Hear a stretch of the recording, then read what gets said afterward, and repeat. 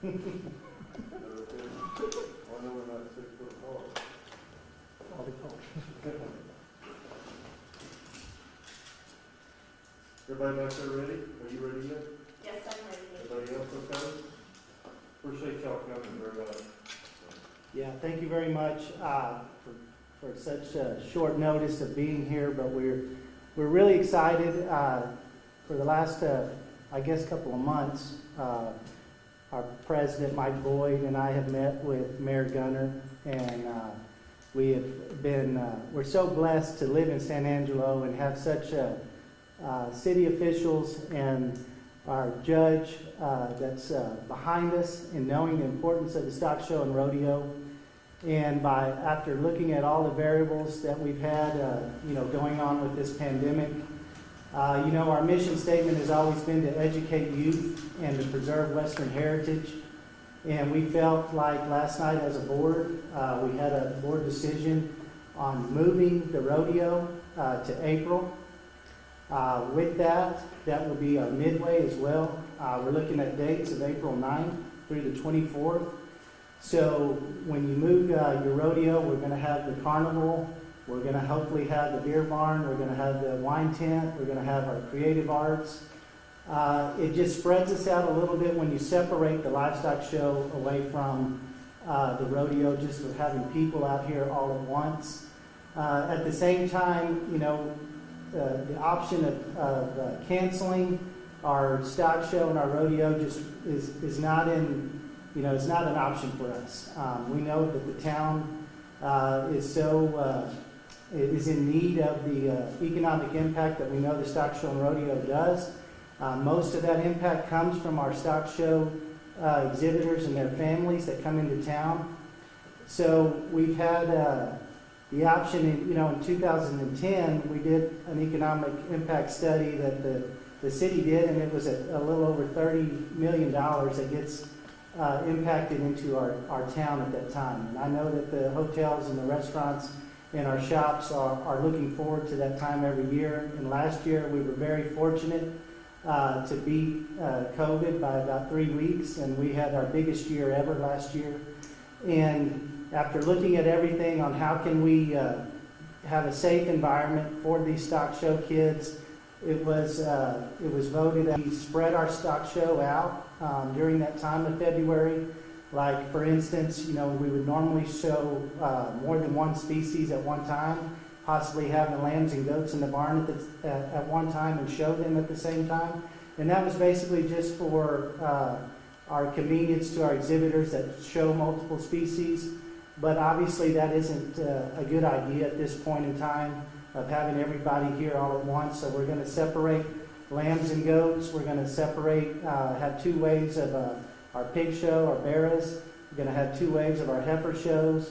So it's going to be a lot more work on the staff and the volunteers here at the fairgrounds, but that is probably the safest environment that we can have of spreading our shows out and spreading the kids out as well. Another thing that the association has done is purchased over $100,000 of extra pens that we will have space in our large livestock barn to even spread out more. We're not going to make it public for people to come in and watch the livestock show in February. So we're going to have it live streamed. It's going to be, you can link off of our website and it will go to a YouTube video, and that way grandparents or people that want to watch that show can get on there and watch their kids or watch their relative show. It will be only open for immediate family only, of people that are either bringing their kids in to show, or county agents, ag teachers, and that such. So I'm really excited, and I'm very thankful. The mayor is here, the judge is here, Dr. Beretis is here from the city. He is our health, what would you say your title? Health authority. Health authority, yes. And now he might not like it at this time of having to be that authority, but he's just been doing his job, and he's been doing what our government here in Texas has authorized. And we're working closely with them. Every day is going to be a new day that we're going to have a lot of working parts that we're going to have to change here, in the next few days of getting all of our vendors are going to be coming in April. So I just want to make it clear that we don't say that the stock show and rodeo is moving to April, because if you do, we're going to have 16,000 exhibitors be calling us in the next couple of days, worried that their animals are not going to be ready by April. They're going to be overdone. That's kind of a hard term to say, but these kids do this as a science, and they work 6 to 8 months a year with that animal and have him ready for his endpoint of that show. So please, the stock show will be running as the same dates. We're just going to spread all of our shows out, and in April we'll have the parade, we will have a trail ride, all of that stuff will be then. So any kind of competitive event besides the rodeo will be held in February as normal. But all of the rodeo performances and such will be held in April. I know that's a lot of information at once. Here again, if there's anything, Mayor, that you'd like to say, or Judge, that you'd like to say, but there again, thank you for being here and being such a great support for the stock show and rodeo. Well, what I'd like to just say is how much I appreciate the community effort and partnership that the stock show and rodeo folks have exhibited. There have been some tough decisions, some decisions no one likes to have to live with, and at the same point in time, what we want to do is to try to figure out how to do things for the community that is important to the community. And I am very proud of the work and effort, leadership, to find a way to move forward, because it is important to the community. And I know some people will say, well, you just worry about the finances and the financial impact on the city. Well, it does have an impact on the city financially, but it's bigger than that. And the stock show and rodeo has always been bigger than just the dollar amount. It's important to families. It is part of our heritage. And I'm a big believer that all things heritage should be celebrated and should continue.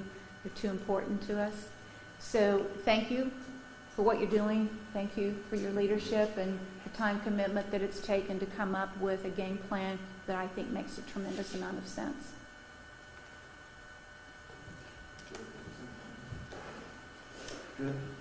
You bet. I had no expectation that COVID would slow down an organization that's been going for 90 years. So I'm glad to see that happen. Of course, we've been working all along, Mr. Wimlin, trying to keep functions going out here. For something that's going, of course, the mayor may join me on this. The CDC publishes some guidelines for essential services. And in San Angelo, Tongarine County, since the origins was a stock show, and soon after that a rodeo comes along, I think locally they need to be deemed as essential services.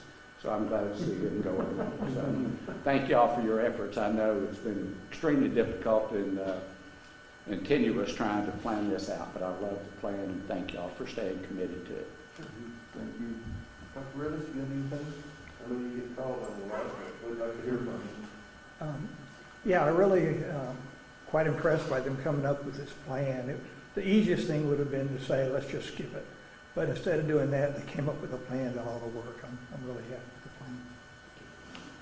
We can turn it over now to any questions that you guys might have.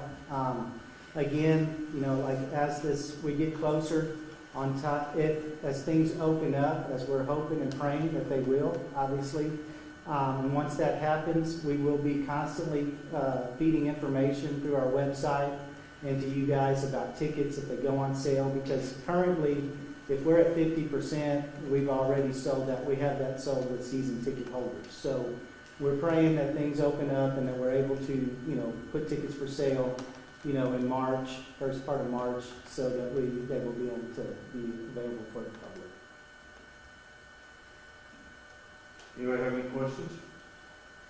Could you go over those dates again for the rodeo? April 9th is the first Friday performance. The last performance will be on the 24th.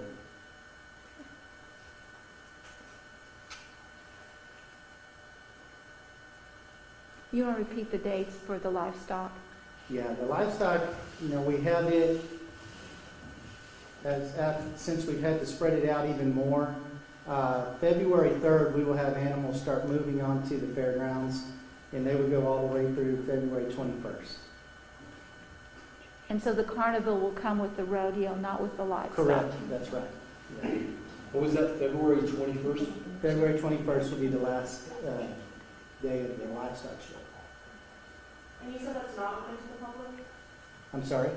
The stock show isn't open to the public? No, it's not going to be. It's only going to be open to immediate family. We're trying to keep that a private, just keeping the kids as safe as possible and spreading out as much as we can in the barn. We will be sending, all of you should be getting at 2:15 a letter, a press release of all this information I just said. It should be coming into your emails. If you got any, if you don't get that, just email it. You know, give us a message to us and we'll get it to you. Is there any chance at all whatsoever that if things change, the April dates will be moved up?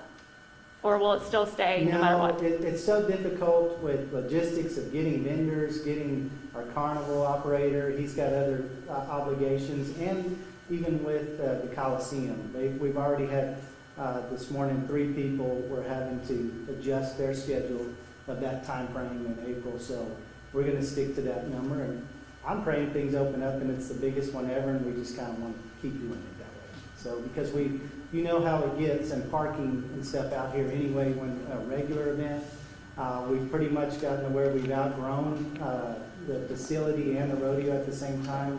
Our livestock shows keep increasing in the numbers that they are. So this way it's going to be a whole lot easier getting in and out of here. And at the same time when the rodeo comes, it should be a little more space for our patrons that are buying tickets to come in. We've seen cancellations with the Fort Worth show. Obviously, Houston is kind of juggling some things around. With a lot of these performers that come in and they go from like San Antonio to wherever it may be in the world, will there be any other rodeos be going on at this time, or is San Angelo kind of being the only one? At that time, we will be in April. It's usually that's kind of when the California runs, but they obviously canceled everything several months ago. But Houston has moved their rodeo to where it's going to start the week after ours ends in April. So they're going to be in May. So they're doing almost identical of what we are doing with our livestock shows. They're still going to host their livestock shows at the same time that they normally do. They just postponed the rodeo and the midway and everything to May. So it's actually good for our cowboys that will be coming in. They'll come here, and then they're going to be going right down to Houston for the next week. As far as capacity, how do y'all envision that for this particular rodeo now that y'all are moving it back a little bit? We're praying for 100%. Will it be opened up by then? I don't know, but it gives us a greater chance of that happening than it does in February at the moment, if you look at the numbers and stuff. So, our rodeo is a little bit different than some of our neighbors. I mean, we sell out almost every single performance. So a lot of these people that come to our matinees and stuff are really our lower value ticket. That's the only chance they ever get to see a rodeo.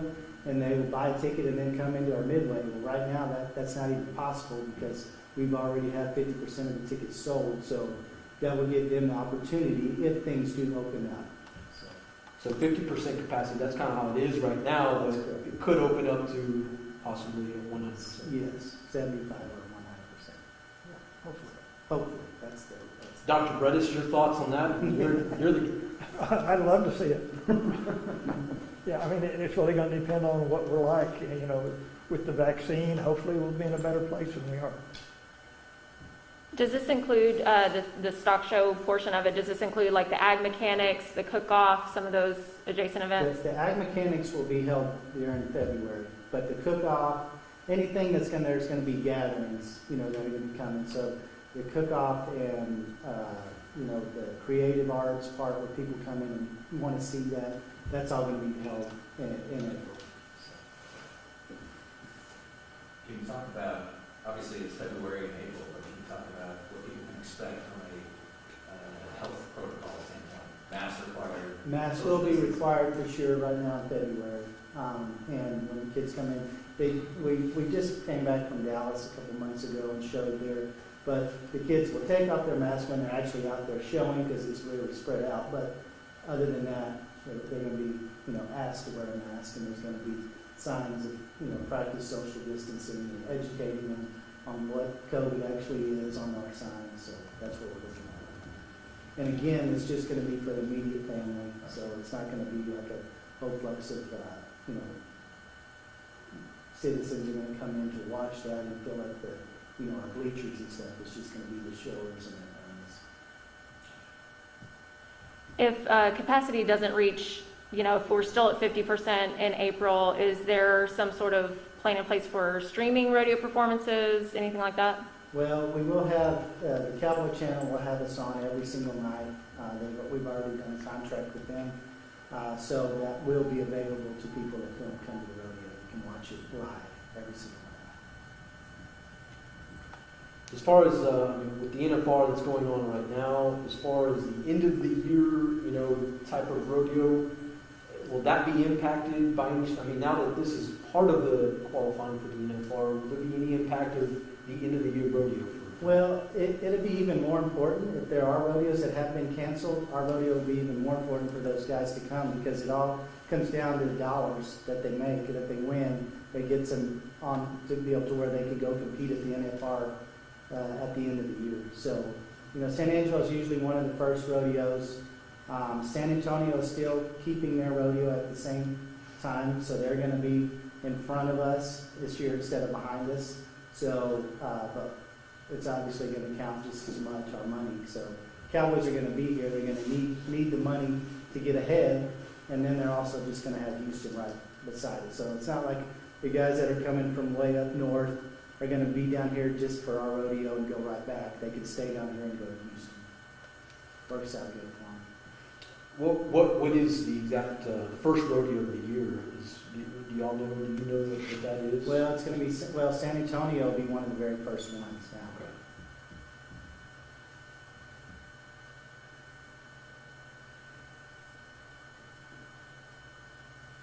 Okay. Mayor, you want to talk about how rodeos and events like this are not necessarily controlled and managed at the local level. That is still something that falls under Governor Abbott. Is that right? Governor Abbott is the person who makes,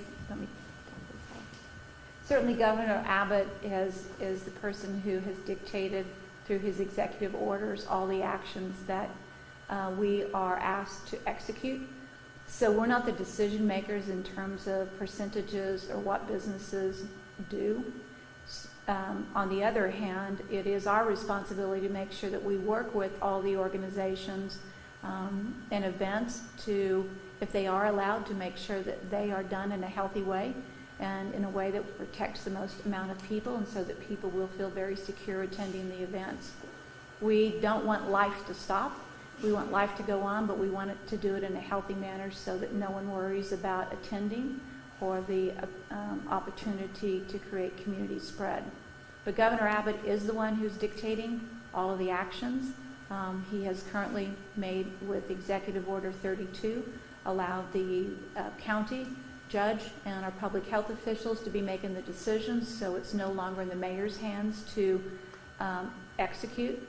Not that we made decisions, because the mayor's not been allowed at all to be making any of the decisions, but we like the fact that he's allowing it on a more local level through the judge and our public health official to be more in control of what happens. We think that's the right decision to be made. Can I follow that up just a little bit, Matt? And yes, the way that order reads, of course, currently right now, we are in a 75% capacity posture as per GA 32. In the discussions with Chairman Boyd, President Boyd, that sort of thing, we knew that only sold 50% of the tickets, which was the safe bet at that point in time. And those that you paid attention last week, we were attempting to true up some information with DSHS to allow us to maintain that 75% posture. That we have been successful at that so far. We're 6 days or so straight that we're below the 15% line. So they're in a very good place at this point in time. The governor has indicated that he really does not want to put in place any further lockdowns. Again, it's going to have to read the data going forward. If the situation got to the point that at 50% capacity things got shut down, I think people are going to have a whole lot of other things on their mind than trying to get to a rodeo. Now let's just hope and pray that we're not there, anywhere close to that area. But I think I think this is a great plan that they have, a very great plan, because again, they're safe at this point in time. And I think the only thing is a potential to sell additional tickets as we get closer to April, and with the vaccine and some of the other treatment medications that seem to influence the number of hospitalizations, the same thing we've been kind of sharing for months now. I'm very optimistic about their plan, and John said, may it be the biggest one that's ever been held here in April if things clear up. For those who may just now be joining the broadcast, could y'all go over again the economic impact and what would happen maybe if we did not have the stock show and rodeo this coming year? Justin, start with your numbers because Yeah, you know. well, in 2010, the city did a study with the chamber, and it was estimated that it was right at $30 million the stock show and rodeo was bringing in.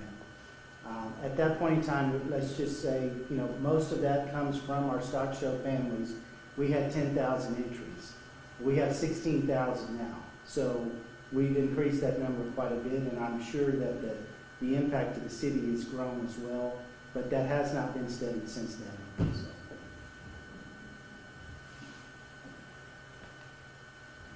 Let me say one thing. I guess one thing you can figure out is San Angelo and Tom Green County is unique. We've got political